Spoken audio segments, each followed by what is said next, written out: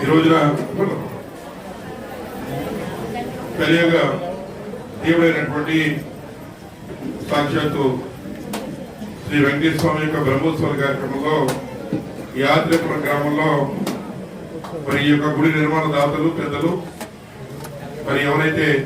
సత్యనారాయణ గారు, ఆంజనేయరాజు గారు, నాగరాజు గారు, మరి వారితో పాటు సహకరిస్తున్నటువంటి రామకృష్ణరాజు గారు, ఇతర పెద్దలు, మరి ముఖ్యంగా ఆ వెంకటేశ్వర స్వామిని చక్కగా కొలవడానికి గ్రామంలో మంచి జరగడం కోసం మరి ఇక్కడ ఆడపడుచులందరూ కూడా వచ్చి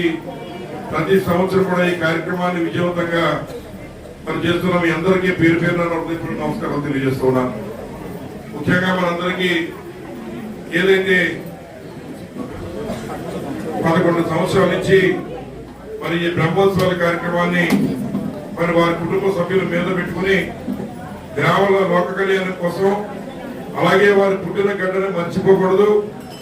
వారితో కుటుంబంతో పాటు మనందరి కుటుంబాల్లో కూడా ఆ వెంకటేశ్వర స్వామి యొక్క ఆశీర్వచనాలు ఉండాలనేటువంటి ఉద్దేశంతో మరి వారు ప్రతి సంవత్సరం కూడా ఈ కార్యక్రమాన్ని చక్కగా తీర్చిదిద్దడం, మరి ముఖ్యంగా నాకు ఈరోజు చక్రస్నానం సందర్భంగా ఆ వెంకటేశ్వర స్వామి యొక్క దర్శనాన్ని కల్పించినటువంటి పెద్దలందరికీ కూడా హృదయపూర్వక నమస్కారం తెలియజేస్తూ, మరి ఏది ఏమైనప్పటికీ రాబోయేటువంటి కాలంలో కూడా మనందరికీ మంచి జరగాలి. మానవుడు ఎంతకి ఎదిగినా మరి ఆ దేవునికి తెలియకుండా క్షేమైన పుట్టదనేటువంటి విషయం మనందరికీ తెలుసు. అదేవిధంగా ముఖ్యంగా ఆత్రేయపురం మండలంలో మీ అందరూ చేసుకున్న అదృష్టం మరి వాడపల్లి వెంకటేశ్వరం అయితే, ఆత్రేయపురం మండల హెడ్ క్వార్టర్ లో ఆ వెంకటేశ్వరం యొక్క గుడి నిర్మాణం చేయడమే కాకుండా ప్రతి సంవత్సరం ముఖ్యంగా ఆడపడుచులతో కూడా ఈ కార్యక్రమంలో పాల్గొంచుకుని మరి చక్కగా ఈ కార్యక్రమం ఈ దేవస్థానం మరి దినదినాభివృద్ధి జరుగుతోంది.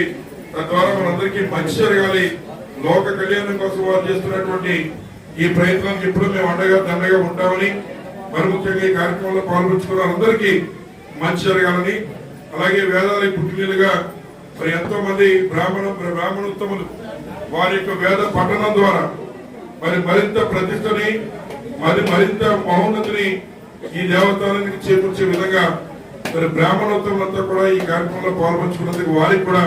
నా హృదయపూర్వక ధన్యవాదాలు తెలియజేసుకుంటూ సెలవు తీసుకుంటున్నాను.